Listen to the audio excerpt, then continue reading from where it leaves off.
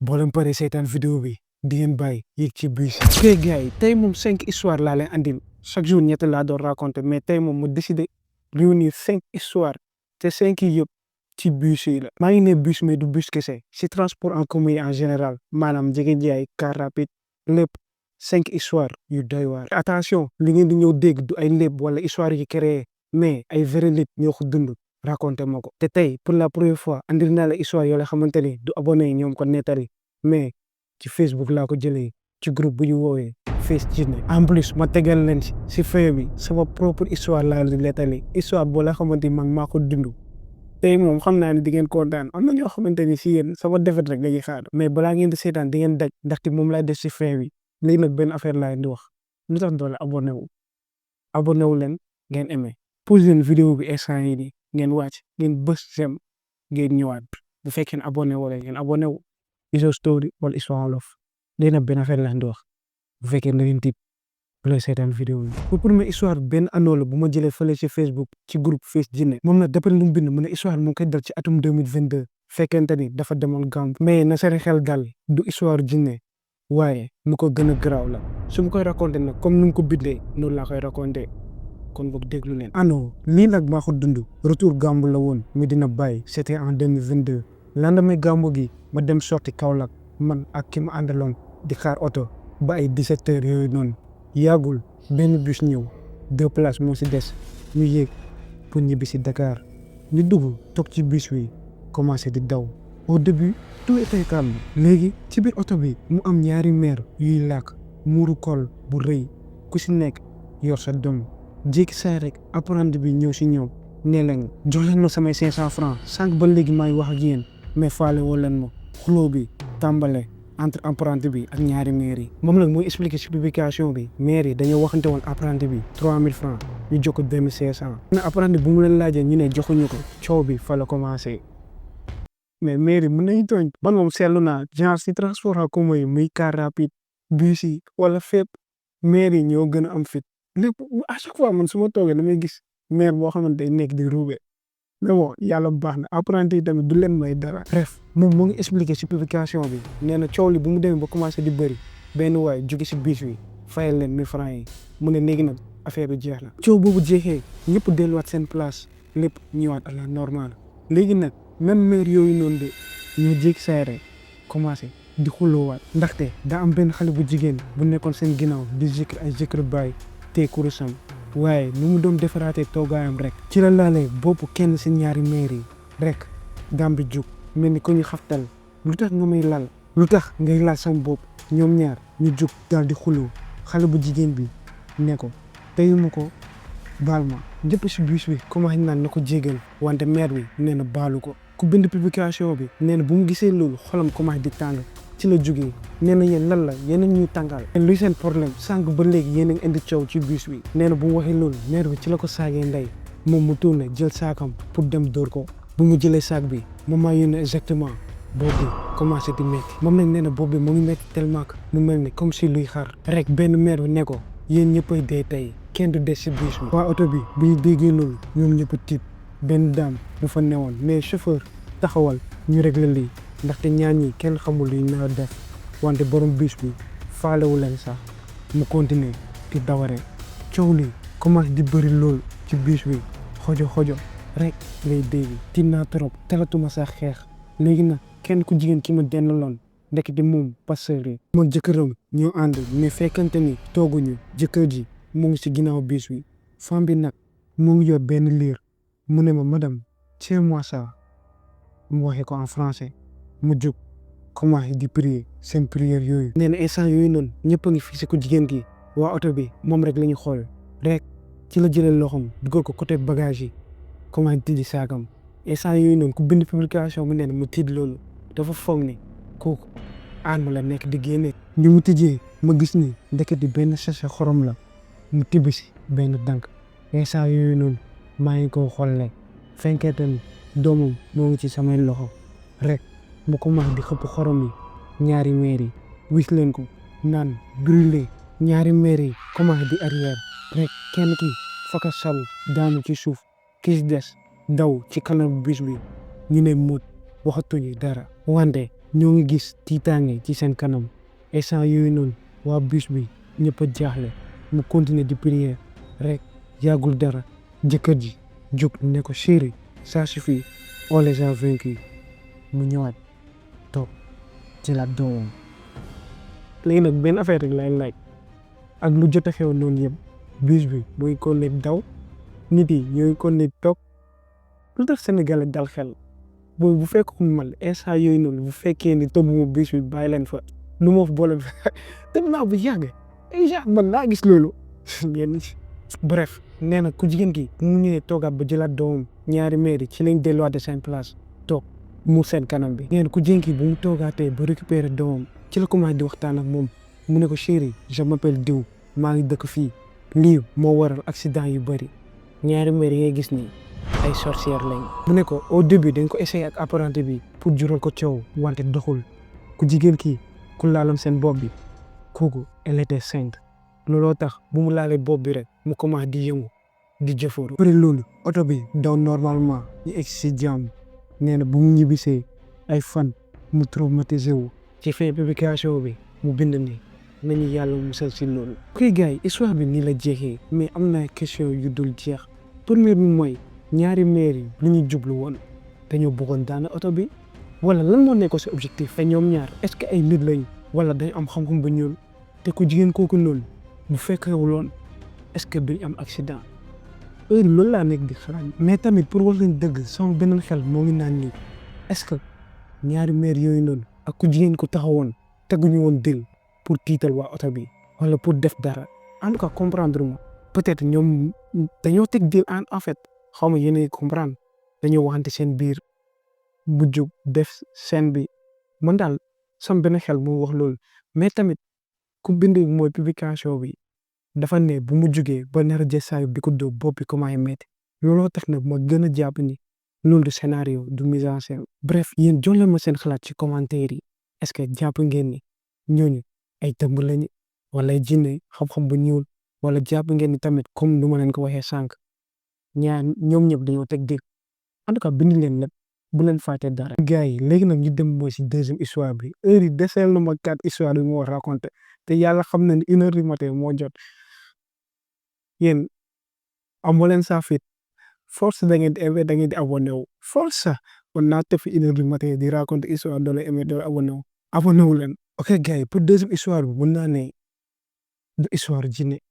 peut-être tamit histoire jinne la en tout cas yéenay wax ba léegi si commentaire yi mais bon benn abonné mu ko envoyé mu ngi am 16 ans wala histoire bi mu ngi ko dundee yàgg na depuis bu amee 11 ans la looloo tax di ngeen gën a comprendre. nag pour histoire bi gën a yomb raconté abonné bi dañ ko jox tur dinañ ko woowee Fatou Fatou ñu nekk histoire wolof heure yi comprendre nañ du tax moo joxe Fatou. ok pour jox leen contexte bi Fatou bu mu nekkoon xale genre il y a 5 ans yaagul noonu yëpp 2019 fekkente ni mu ngi am 11 ans. wi fi dëkkandoo yi la doon connecté wu. waaye problème bi mooy ci balcon bi kese la réseau bi di doxee. moo tax guddi gu nekk bu ay waajuram di nelaw dafay génn ci biti ak téléphone am daal di toog ci balcon bi féexal xolam. déjà histoire bi nu mu commencé daf ma yéen bi ngeen amee woon 11 ans est-ce que yoroon ngeen portable est-ce que yoroon ngeen téléphone moom personnellement xaw ma sax luy portable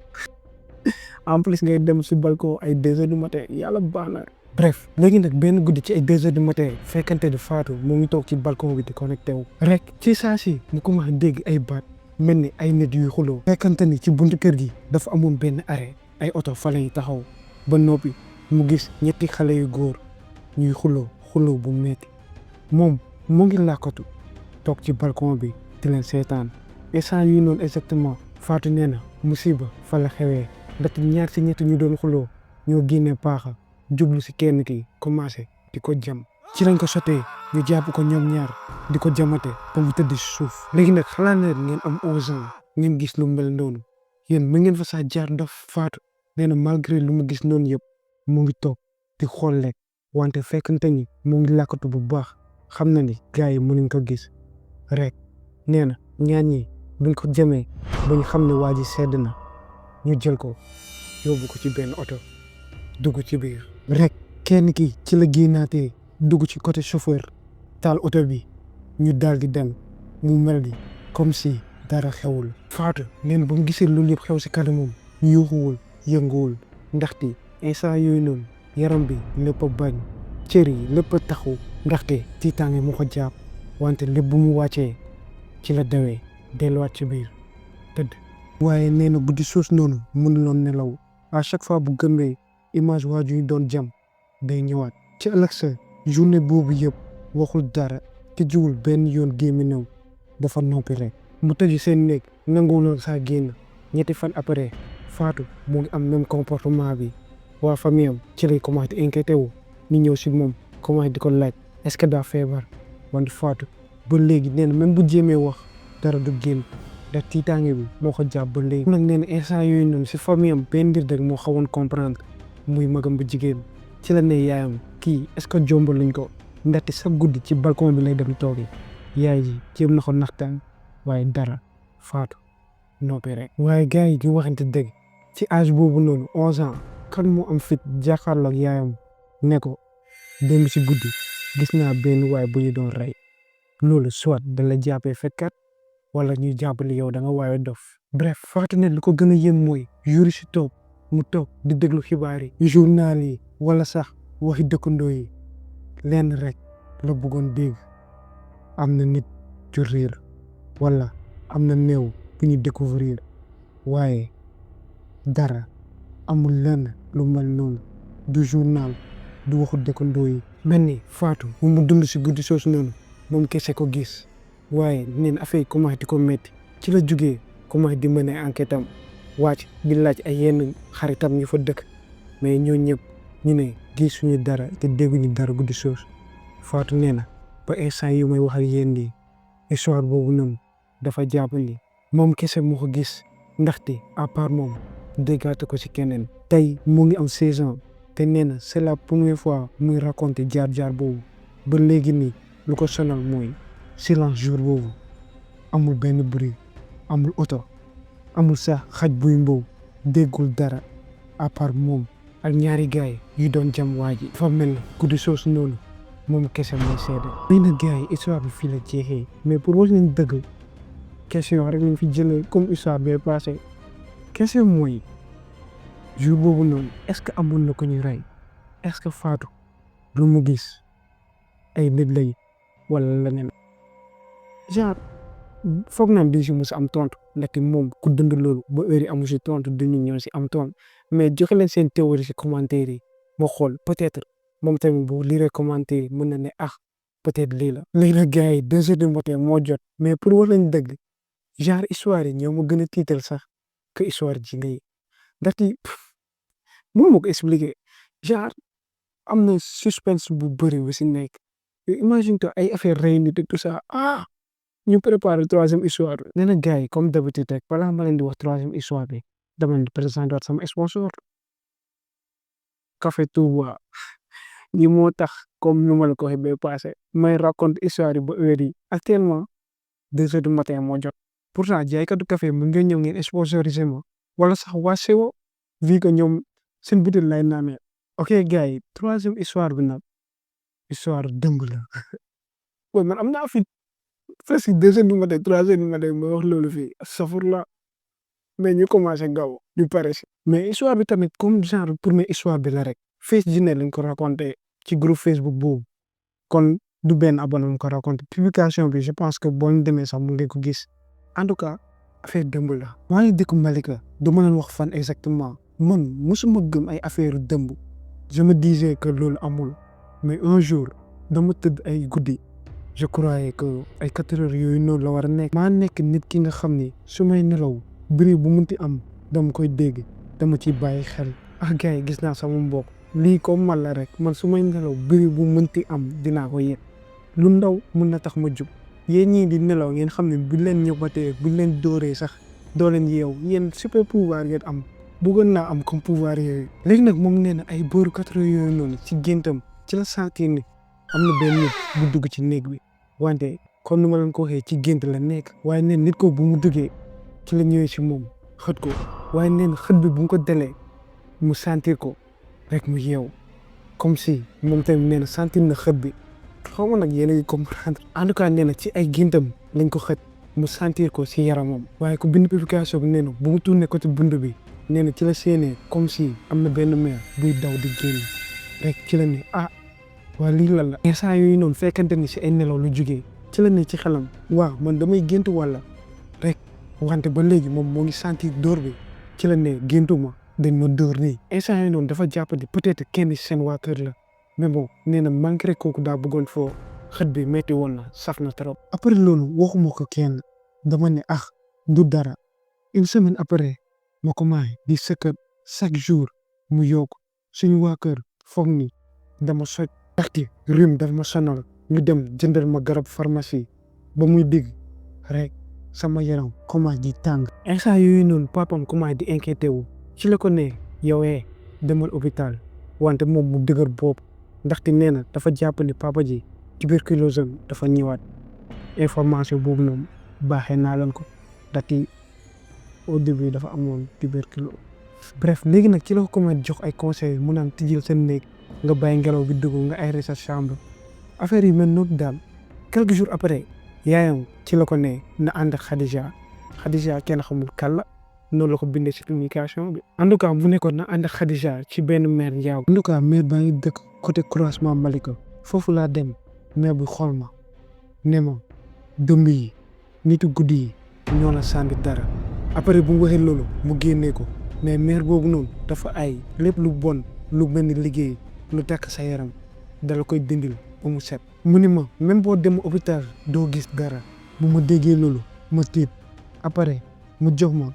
benn affaire bu ma war a naan sangoo ko pendant 3 jours. bref neen après loolu mu tane wante laapu néegam à chaque fois da koy taal. day bàyyi mu tàkk ba fajar mu doog ko fay. un jour mu tëdd ay guddi rek ci la commencé dégg comme si am na bant bu ñuy jël di ko dóor ci beneen lal bi te ci biir néeg bi ñaari lal ñoo fa nekk. neen bu mu déggee loolu mu tiit jóg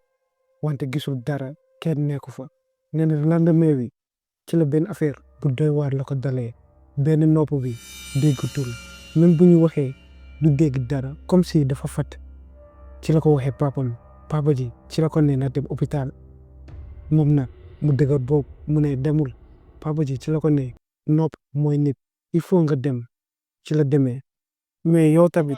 jéemoo dara dëgër nga boobu bi la ne defal lii doo def il faut ñu forcer la. bref nee na bu mu demee hôpital ba ñëwaat amul benn changement nopp bi ba léegi daa fat même bu demee di jàngi cours du dégg dara prof bi day wax ba pare du dégg. affaire yi commencé di gën a dem di aggravé wu. benn guddi si jeudi ma déggaat même bruit bi si néeg bi ma yeewoo automatiquement ma dem wax sama yaay ma ne damay delluwaat ci mère boobu mu jox ma paas ma dem. ba ma yeggee si mère bi mu ne ma lan la ma ne ko sànniwaat nañ ma affaire bi mu xool gis ni que c'est vrai mu def seen yooyu noonu génnee ci ñaari nopp yi benn affaire bu ñuul kukk. mère bi bu mu paree ci la ko nee gars yi mun na dul la dara heure yi yoo nekk di jéem rek. léegi nag gars yi histoire bi fii laa ko jeexewul fii nag si publication bi bind la fa leneen mais bon jàpp naa ne hors sujet la mais bu ñu yemee fii nii heure yi wax leen ma loo leen ci xalaat genre yan jàngat ngeen si jëlee et tout moom mu jàpp naa ne kii nii dafa am chance te dañoo war a jox ñaan yi mu am parce que yow gars yi tànt nañ lépp bu fekkee ni genre comme mère bi du mu waxee ñooñu ay tëmbali tànt nañ lépp mënaluñ ko dara. en tout cas bu fekkee ni yaa ngi ñuy seetaan sa ñaan yi da nga ko war a partager te en plus bëggoon naa ko si commentaire bu fekkee ni am ngeen ay ñaan pour musu lépp pour musu si gars yi da bind leen ko si commentaire yi. léegi nag ñu dem ci 4e histoire bi. gars yi 4e histoire bi histoire jinne la mais pour mu wax leen histoire bu positif la di ngeen gis histoire boo leen xamante ne jinne la kirlu na mais bon jàmm lay andi comme xamu nu ko mën a waxee ñu dem. ok gars yi histoire bi nag benn abonné mu ngi ko nettee ci Instagram moom nag nee na bu nga ko doon dund fekkante dafa doon def bac mu ngi amoon 17 ans si ay waxam. ok Omar mu ngi amoon 17 ans jamono jooju jour boobu fekkante ni wàcc na école di ñibbi moom ak xaritam Daouda ci la ñu jëlee bus. bref comme ni ñu koy faralee di defee chaque jour Omar moo ñu expliqué que ni yoon bi lépp normal bus bi amuloon presque kenn ñu ne bu ñu wàccee rek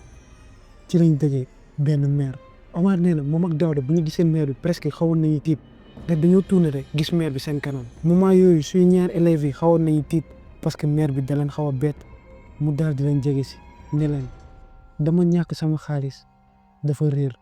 dama war a ñibbi fii ba Rufisque mën ngeen ma jàppale. Omar nee na bu mu déggee kàddu mère bi fekkente ni instant yii ñu yorloon dara mu xool poche mi tijji kalpeem dara neew fa wante fekkente ni Daouda ci la tijjee saag bi génne xaalis jox ko mu ne heure yi xamuloon ñaata presque ay 200 et quelque la waroon nekk mais weccit la mère bi bu nga ko jëlee rek taxaw fixé leen di leen xool ñoom ñaar heure yooyu noonu xaw nañ tiit tuuti ci la ñu commencé pousse pour dem rek mère bi ci la leen ne taxaw leen ci lañ taxawee jaaxal la moom mère bi wax leen waaw maa leen tànn ñoom ñaar bu ñu déggee loolu ñu xoolante ñu ne kii lu muy wax nii mère bi waxaat mu ne wax leen ma seen soxla ma ñaanal leen mu waxee loolu Daouda automatiquement hésité wul sax mu commencé di rey di kaf mu ne heure yi dama war a ñëw def bac d'ici 1 mois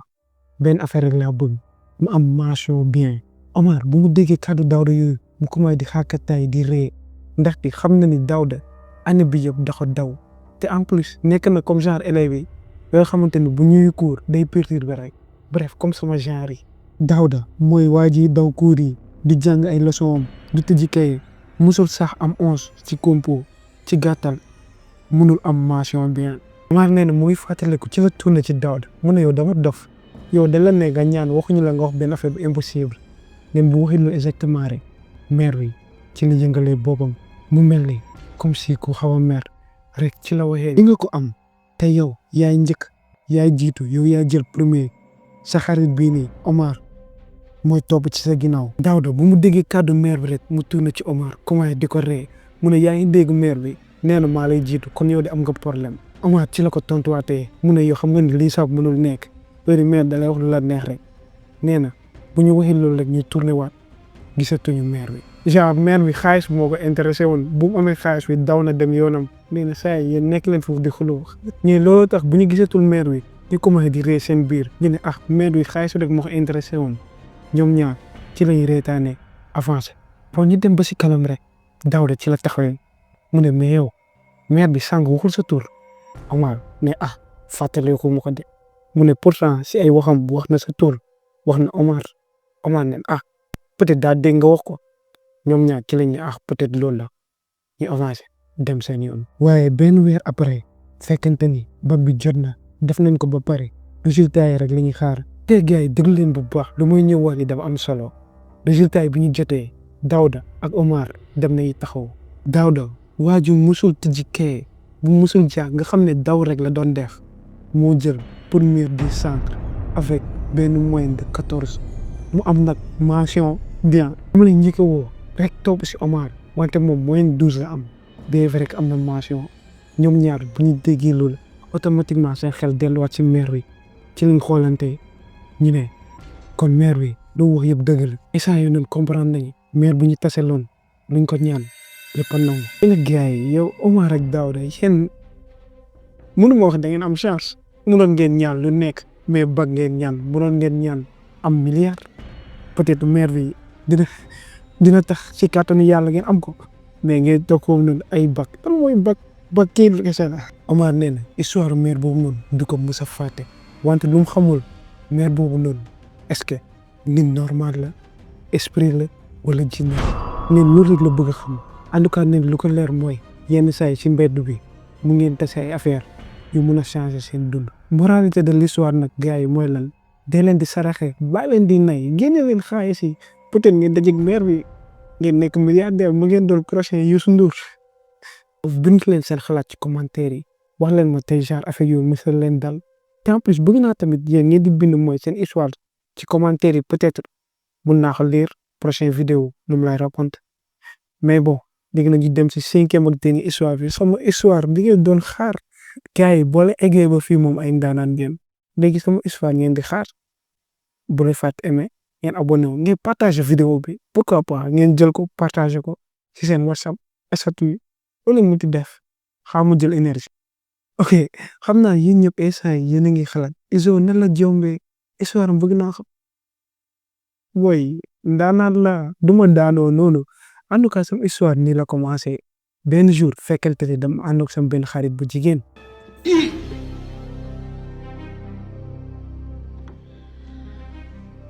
Allahu akbar. Qu'est-ce que c'est que ça?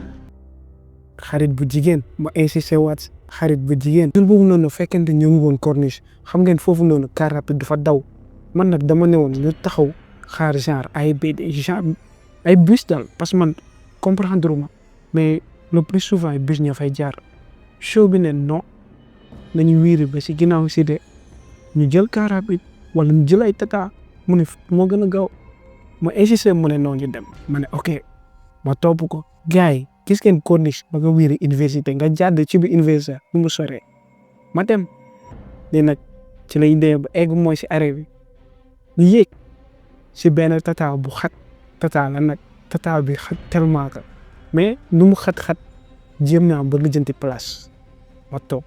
bu leen wax nag lu tax ma yow gel bi toog fii égalité la parité bu ma toogee fekk ni gel baa ngi taxaw et tout ça léegi nag oto bi daw parce que yaa genre war na daw ay kilomètres yu bëri et ça yoon exactement la benn poids ak benn mère yu sol ay yëre yu garaaw yëre yu noonu man genre foog naa daa mel ni mës naa ko gis comme genre ay affaire ndëpp la mooy ñuy def ay tour et tout ça xam ñun peut-être corniche wala ñuy jógee en tout cas côté géej la war a ne ñu ngi sol seen yëre yu bizarre bu ñu duggee oto bi de mooy xat tàng nit yi yëpp comment di leen fixé di leen xool man nag fekkente di kooku paa la je suis galant xam ngeen ma mais jóg ma ne père kaay toog paa bi de non garawul paa bu baax genre mu ne non garawul toogal prochain arrêt dama war a wàcc xam ngeen man la ba toog paa baa ngi sama kanam mais oto boobu si biir oto bi ñëpp man maa ngi sentir ñëpp ñoom ñaar dañuy bàyyi xel vous voyez show bi moo ngi taxaw di xool gars yi man li jëntiwu ma ko mu ne saa yow taxawal foofu léegi nag bu ma ne exactement ci kanam am na benn waay bu taxaw paa bi dafa taxaw ni mère bi taxaw man maa ngi si ginnaaw genre nii laa toogee am na waay ju nekk foofu noonu kooku forcément étudiant la ak lu mu solo yi tout ça ci la tourné rek jaxaloog mère bi mu ne yow xanaa da ngay jéem a taf mais da koy jéem a sàcc instant yooyu noonu mère bi commencé di tàkk ci kawam mu ne yow la laay doyee sa alal genre rek ñu commencé di xuloo daal comprendre ngeen léegi nag waa yi nee na genre kóolam la bëggoon jël genre téléphone am bu nekk si poche am ñu commencé di kërti ñuy wax rek paa bi dugg si